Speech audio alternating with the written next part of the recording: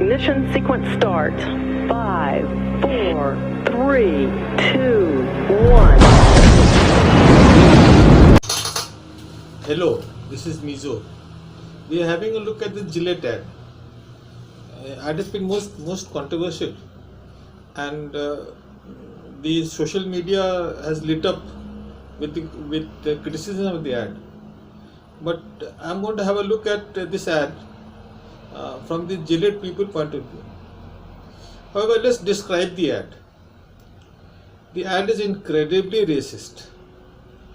It shows white men in a very poor light. Not only that, it shows white men as robos. They are standing in front in a line, all of them are behaving the same way, which is absolutely nonsense. You can't have such a big group of people who behave in the same way. And number two, what they show in the advertisement goes against every crime statistic. It is absolutely way far away from reality. But this is the way ads are. You see, all ads show things that are nothing to do with reality. So this ad too is far removed from reality. Then number three, it is aimed at the soya boys. It is not aimed at the current customer of Gillette. They're trying to transition from the older generation to the new generation. And that's why they've aimed it not only the soya boys, they've aimed it at the single mothers too. It is their narrative is now fitting more and closely aligned with the younger generation. That's what it is they think. Number four, it fits the narrative. It fits the narrative of the Women's March. It fits the narrative of the social justice warriors, and it generally fits the narrative of all corporate people and what they teach in the universities today. So it fits a narrative. It is not something that has been bought out from thin air. Then there is number five. It is Gillette, this ad, when they design the ad, they are willing to alienate their old customers. And they were betting that some customers will change, but most won't. Most will continue the old ways. This is what they were betting on. And they were targeting the new younger generation. So they were willing to alienate the old ways with the hope that the newer generations will pick up Gillette and Gillette products so that their overall sales don't go down, but the future sales are locked in. Then there is fact number 7. Now they are challenging the competitors. It is not that the Gillette were the only people who came out with this ad. All the competitors also too came out with these ads. But when it somehow backfired on Gillette, then they began withdrawing the ads. So, but the challenge is still there. The other manufacturers of shaving products, either they continue with the present paradigm, which is aimed at the older generation, or they go in for the newer generations. This is a stark choice they have to make. But they can postpone the choice now. Gillette can't do it anymore. So these are the 7 facts surrounding the ad. Now the question is why they went this way. Now Gillette at one time their products were technologically superior. to any other manufacturer, nearly any other manufacturer. The Gillette razors were very good razors, but that has slimmed down now. The technology and the quality of the Gillette product is not very different from its competitors. Now, when this happens, the way out is marketing. Now, you make it a lifestyle product, and that's what Gillette is doing, has done in fact for the last 50 years. They have made the product a lifestyle product. Now, there is a constant push and pull inside a brand, because as the time changes, the new generations come in. They've got to discard the old generation narratives and pick up the new generation narratives, which is exactly what the Gillette people have done. They have discarded the old narrative in favor of the new one. Now, there is always a small amount of generation gap between the generations. But today what we are seeing in the United States is a huge generation gap. The next generation has got its values, which is absolutely different from the current generation values, because the new generation think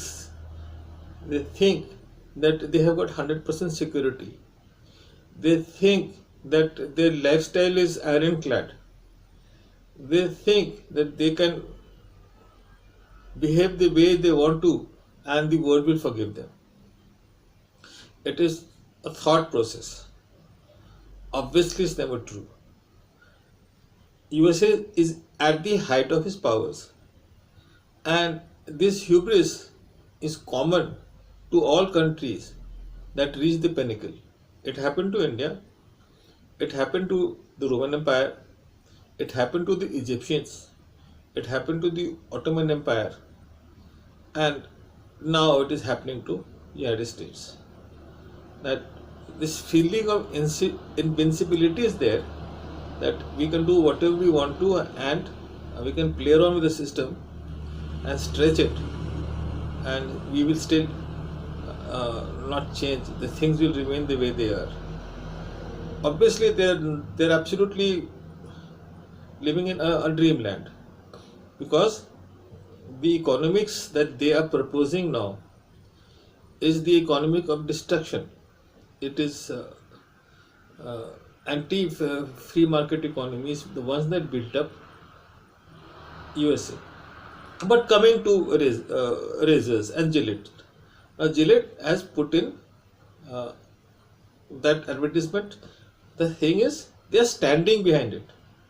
I think this is one ad that has collected a million dislikes in all social media, because there are at least hundreds and hundreds of commentaries on the ad, and these commentaries, all the people who are commenting on these social media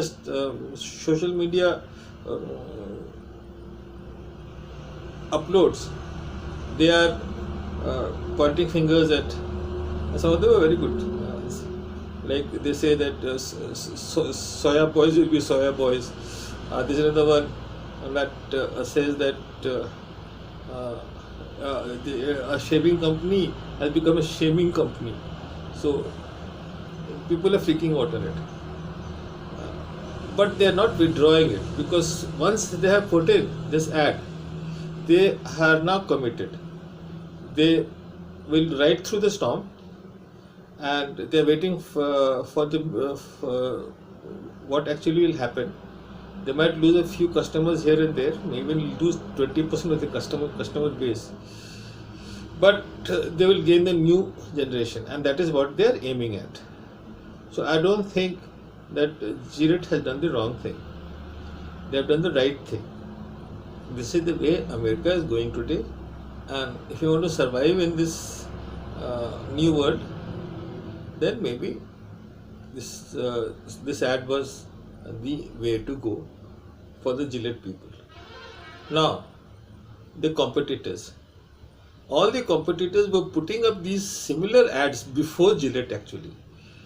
All of them had put up the similar ads and they had put up the similar social media stuff on Twitter and Facebook. When this ad began to backfire, what Gillette did was they went to the best and the most expensive director for this ad, and the result is extreme feminist ad. They went for the best and they got the best. So, but the competitors, they began to scrub out their old tweets and their old ads and things like that. But the challenge is still there. Will the other competitors take up the slack? Will their ads reflect the outrage in social media? I don't think they will, because they won't have the guts to do it. You're running a business. Basically, you're running a business, and you want to have your sales going up and maintaining. You have to somehow be in trend with the times. You've got to be a trendy brand. If you don't do that, then you lose out. This is the way Gillette went. So, this is not the way actually the United States was built. The United States was built on the Bible and on the gun and on the Constitution. It was not built on social justice stuff. Social justice is going to destroy America. But that doesn't matter, because for the social justice warriors, the last time when they came to power in Russia, they starved to their 10 million people. So at least it's not starving to the 10 million people in the United States till now. With this, I come to end with this talk with you. Gillette has done the right thing. It's just following the trends, and I don't think the competitors will have the guts to go for ads against Gillette.